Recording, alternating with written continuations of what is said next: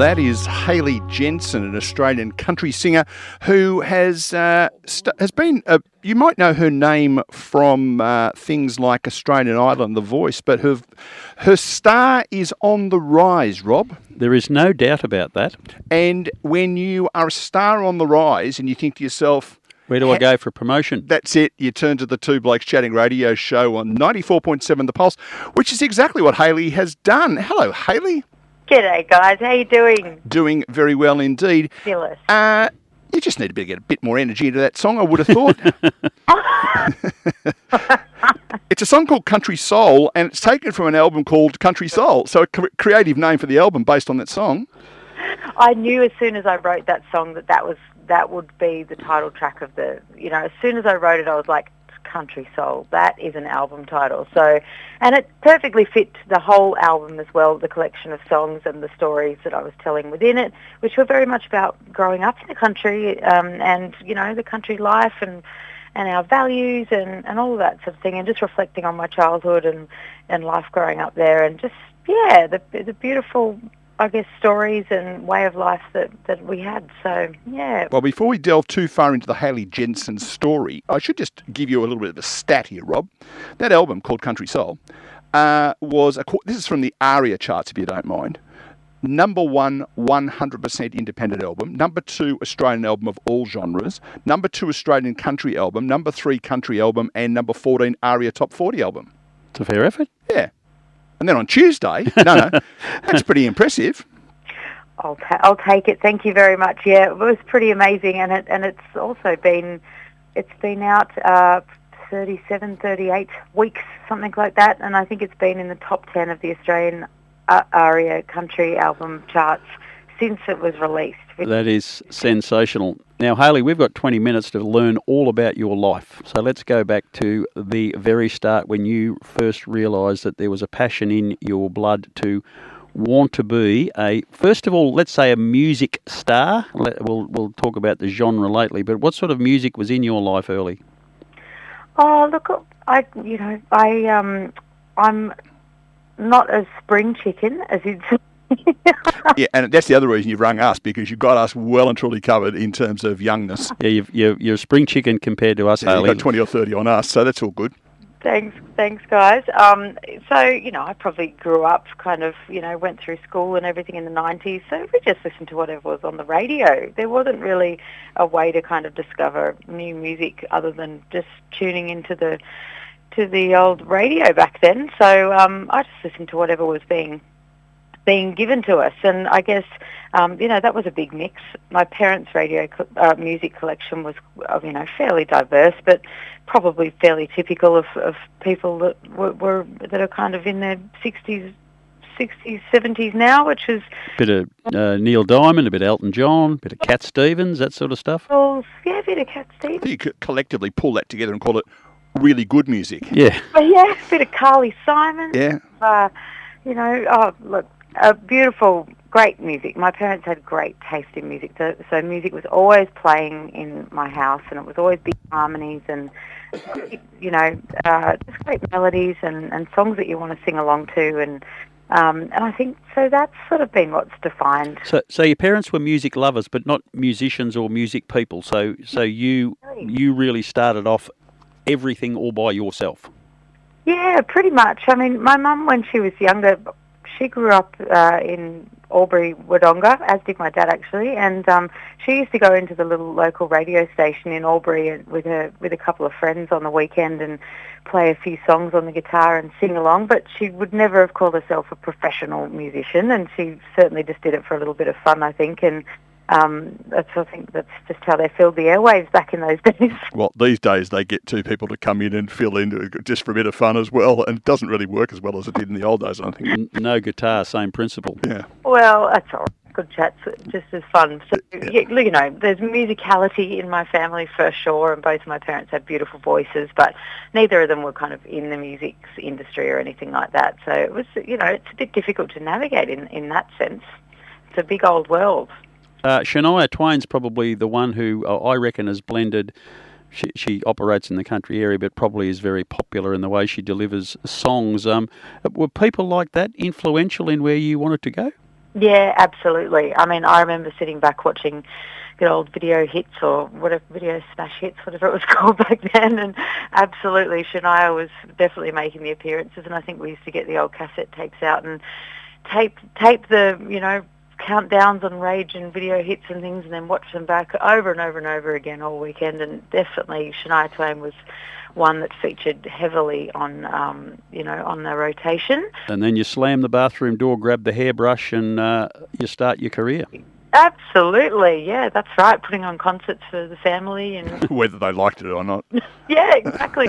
All the neighbours over, pay them. Oh, Hayley needs us again. Quick, aren't we going up the shops or something? Yeah, I know. Don't make us do it again. But interesting, isn't it? Because I can remember I saw Shania Twain live at Rod Laver Arena, and apart from the fact that I couldn't believe how small she is, she's tiny. Makes Kylie Minogue look tall. I remember telling my friends at work the next day that I'd been to see Shania Twain, and they looked at me as though I'd asked them to go to a séance with me or something. They could not quite believe that I would go and see, quote, a country singer, quote unquote. Because at that time, that early 90s, late 80s, early 90s, if you weren't into Nirvana and all that kind of stuff that was coming out of the US and grunge and Oasis and all that kind of stuff, there was something seriously wrong with you. And that was as a person, I was in my 30s. How does a person who's in her teens deal with, the fact that she might like a little bit of country down the track? Well, I think that was sort of part of the thing that did have a big stigma attached to it. Was growing up, and, I remember people at different times saying to me, "Oh, you've got a lovely little country voice," and I thought, oh, hang on a minute, I don't sound like John Williamson or Slim Dusty, or like, what are you saying there? And I'm certainly wasn't singing songs about, Hey, true love. Dog on the tackle box. I mean, only at my grandparents' place, we'd rip out a bit of On the Road to Gundagai or something. But to me, that was what country music was. Yeah. So I think the incredible thing that artists like Shania and Keith Urban and others, I remember when Casey Chambers had a big breakthrough radio and video hit, and, Am I Not Pretty Enough? And it was like, it kind of just, I remember thinking, I kind of like this, but it felt like it was still had a stigma attached to it. So I think that's why it took me such a long time to really consider country music as opposed to just kind of adult contemporary or some other kind of, singer-songwriter style as something that I wanted to really lean into. Well, it's interesting you should say that. We've asked this question to a number of artists, and at the moment we're going through a bit of a country phase. We had Adam Harvey a couple of weeks ago, and a couple of weeks ago Melinda Schneider and also Gina Jeffries coming onto the program. Oh, lovely. So you're in good company, as are they, obviously, with you being here. But in your mind, what differentiates a country song from an adult contemporary? And I think this is where there is a bit of a fine line that probably gets a bit blurred at sometimes. And, these days it's really hard to even define a, R&B song from a country song or a rock song from a country song. I mean, you've got the added advantage of course, the photo of you on Country Soul has got you wearing a hat, which obviously is a big indicator, but beyond, like... No. Look, I think it goes back to the storytelling and the authenticity in the storytelling and where that came from, and certainly growing up in the country and then reflecting on the stories of some of the themes are while I'm not singing about a dog on a tucker box or something like that, I certainly am singing about driving down old dirt roads and things these days, which we definitely did, and that's where I learned to drive, and it was a whole lot of fun, and sorry, Mum, for borrowing the car without your permission. And I guess a song called Giddy Up Cowboy has probably got a little bit of a hint in it as well. Yes, absolutely. And, Pony Club featured heavily in my childhood. Yeah. But I guess, the storytelling, it's interesting. The first person who actually said, it's about the storytelling was a bloke called Brian Cadd, who could play a bit. Yes. And was predominantly seen as a rock singer, but his most recent album, Dream Train, is quite country. But he said that, and my mind immediately went to Paul Kelly, who you wouldn't describe as a country singer, but very much a storyteller. So it is a fine line, isn't it? It is a fine line, but you'll see people like Fanny Lumsden, who's very much country, will be supporting people like Paul Kelly and the things like that. So yeah, there is a real crossover, and I think it's probably got to do with what box people want to put themselves in, or the beauty of country music, particularly here in Australia, but also globally, is there's such a wonderful industry around it as well. So we've got lots of great festivals. We've got, amazing radio stations that play our music. There's a whole industry associated and connected with it, which is very integrated and coordinated, and it's a great scene as well, and community of artists and all that sort of thing, which I think back in the day I wasn't aware that there was such a great community and, I guess, ecosystem around this genre that was actually much broader than people just kind of, sitting in the corner around a fire strumming their guitar, you know what I mean? There was an actual legitimate kind of industry that, was very welcoming, and something that we just mentioned off air before we started the interview too, is the fan base is just phenomenal. They're music lovers. They love good melody, good songs, good stories, and that's, I think, what defines it. And they can sniff out a fraud a mile away, and but if they love what you do, you've got a fan for life. You've got somebody supporting you, investing in your career, coming to all your shows, encouraging you along the way, sharing you with their friends if they're not too embarrassed about also saying that they like country music. Hayley, beyond the hairbrush, you've obviously reached a stage where you thought, maybe I'm going to be serious about this. Was that your own personal self-confidence and belief and faith in your voice and what you were doing, or did you receive a lot of encouragement that maybe you started to think, perhaps I should get serious about this? Yeah, it was definitely went a little bit of both. So I certainly was in all the music programs at school and musicals, lead roles and all that sort of stuff. My teachers and music teachers had always sort of noticed that, look, she can sing and she can sing in tune and she's actually pretty good at holding a harmony and all the rest of that. So, writing her own songs, and that was all very exciting. So I definitely had great encouragement from my music educators through school and things like that. But what kind of changed things for me, I grew up on a property outside of Canberra, about 40 minutes outside of Canberra, and it, there wasn't much of a music scene down there unless you wanted to play at the press club on a, like it was with Disco Jim Chalmers as your support act. Exactly, that's right.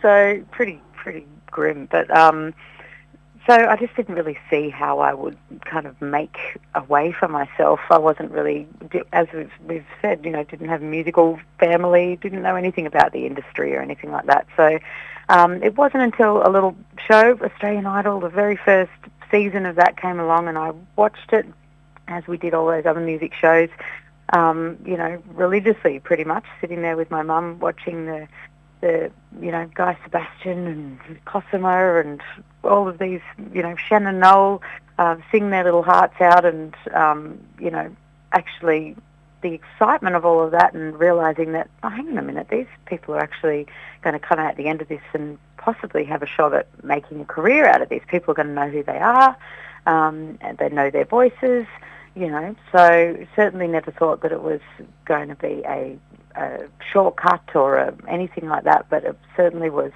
a way that I saw back then to at least try to get into this industry that I loved and sort of dreamt of, but had no real path to. So I went and auditioned for the second series of Australian Idol and got in and made my way all the way to the top 4 of that series, which was a bit of a slog. It was in the bottom 3 a lot of times, which probably just gave me a bit more determination to keep going. But it was an incredible experience. It was a really wacky, crazy experience in hindsight, putting 12 people together in a house in Hunters Hill in a posh suburb in a mansion in Sydney that didn't know each other, put cameras in front of their face. It was kind of like a weird Big Brother cross singing competition experience back then. It wasn't quite just so focused on the music, and the show went for a really long time, and it was, lots of spin-offs and branding deals and different things that all sort of came off it. But it was such, we were really thrown in the deep end of the entertainment industry. And it was kind of a sink or swim situation. So, but I just saw it as, here's an opportunity to take this, exposure and run with it. So it was a life-changing experience for me. I'm forever grateful for it, as wacky as it was. A couple of times it's crossed my mind as I've watched a couple of those shows. I watch them enormously, but, every now and again I watch it. Yeah. You're a young performer with relatively little experience. You get your name called, you walk out, and there you see Mark Holden, Kyle Sandilands, and Marsha Hines looking at you. Now, two of those are absolute icons of Australian music, and Mark isn't, and the other one's Kyle. But I mean, Marsha, in my mind, is undoubtedly the finest Australian voice, female voice ever. And Mark obviously was really big, and then has come back. He's also got he's just re-released his Live at the George Ballroom DVD. If you haven't seen that yet, grab a copy of that. It must be a bit daunting to then go, okay, well, I'll just knock out a number here. Oh, yeah, it was, absolutely. I mean, we didn't have Kyle. We had Dicko from the record company back then, which was, He couldn't sing either.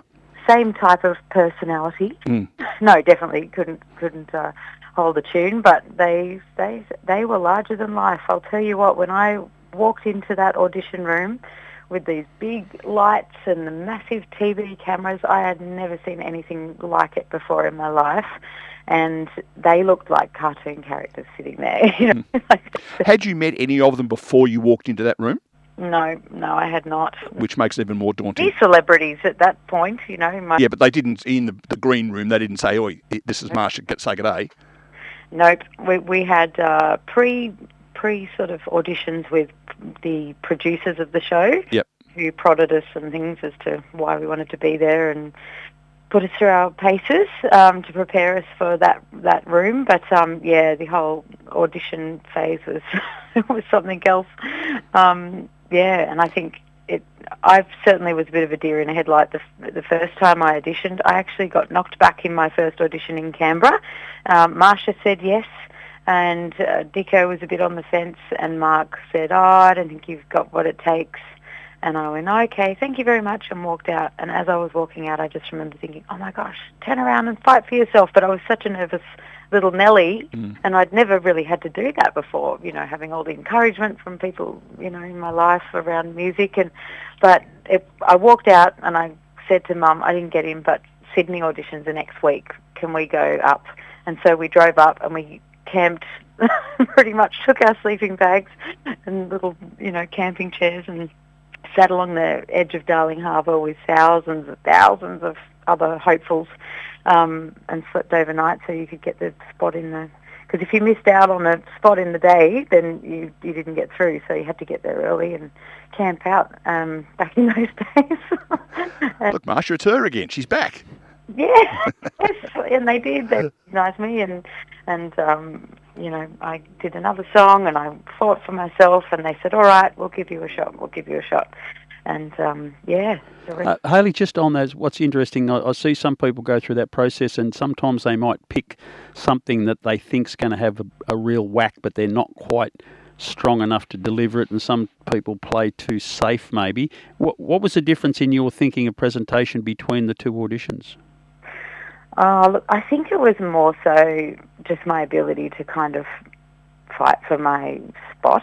I did do another song, so I did, the two songs that I did were the one that I did in Canberra, and it was The Voice Within, Christina Aguilera. A girl with a little country voice singing Christina Aguilera, maybe not the best choice, but musically and I guess lyrically, I loved the story of it, that you have to trust your own instincts and back yourself and all that. So I guess I put my energy into that part of it rather than the speaking about that. But I think the second song that I did was the Delta Goodrem song. So I think Mark Holden had worked with Delta a few times, and maybe he just took a bit more of a shining to me after. He might have written it for her. Yeah, he could. Oh, someone sang one of my songs. Yeah. So anyway, so look, I think just being prepared with another song, being prepared to say, no, look, I really want this. I think, please give me a chance. I promise I'll prove to you that I deserve to be here, and all of those words that they want to hear. That I was just way too nervous to. Yeah, well done. That shows a fair bit of character to go back for a second time. So good on you. Yeah, thank you. Now, Hayley, we look at the time. Our sundial down here says it's almost time we have to say goodbye, and we've only just got to the start of your career. Could we come make another time and have another chat to you? I would love that if your listeners aren't. Hey, look, our listeners are very tolerant. They've been putting up with Rob and me for the last 297 programs, so I reckon 20 minutes a year would go down very nicely. Hayley, I reckon there's a 30-minute conversation just on the 12 artists in that mansion in Sydney. I think that would be a fantastic story. We had Casey Donovan won my year for those playing at home, and Anthony Kalia came second. Ricky Lee was in our year. It was a very controversial year of Australian Idol, so yes, indeed. Bit of talent there, though. Absolutely. Tell you, that season also, there was another person, I can't remember her name, she was a country singer, really good, looked a bit nervous during the audition, but I can't remember her name. Hayley, someone I think. Hey, Hayley, I'll talk to Anne-Marie and Frank and see if we can get another time to have a chat to you in a few weeks, and pick up the story from there. What do you reckon? Fabulous. I would love that. Come down and see us in Geelong one day too, because you're not that far away in Albury. Well, I live in Sydney actually, but I'm from Albury-Wodonga. That's where I was born, and then but I live in Sydney town. Work opportunities change lifestyle, don't they? They sure do. But I will be down in Melbourne Way just in a few months anyway. I'm the PBR, one of their feature artists for this year, so I'm performing at the PBR in Melbourne. If anyone's into their bull riding, doing the halftime entertainment, so that's always fun. Again, there's a lot of people who listen to this program who are very, very strong on bull, because that's why they listen to us. Hey, Hayley, great to chat. We're going to play a song called Burn It Down, which it is alleged is your latest single. Yes, it is indeed. It is my latest single, and it's been burning up the charts, which has been fantastic. And the first new single that is to come off my next album, I guess, that I'll put out next year. So it's brand new music, and it's really, it's, again, I guess this is a bit of a theme we're finding here. It's about standing up for yourself, and in the face of adversity when you might be told that you can't do something, or it's, this song's about, I guess, proving people wrong and giving it your best shot anyway. So, I hope you enjoy it. All right, well, I'm going to press the button. Don't go away, because I think Rob wants to talk to you offline, so he'll pick up the phone and chat to you in a tick. Hayley Jensen, thank you for chatting to us, and here's your new single, Burn It Down. Talk soon.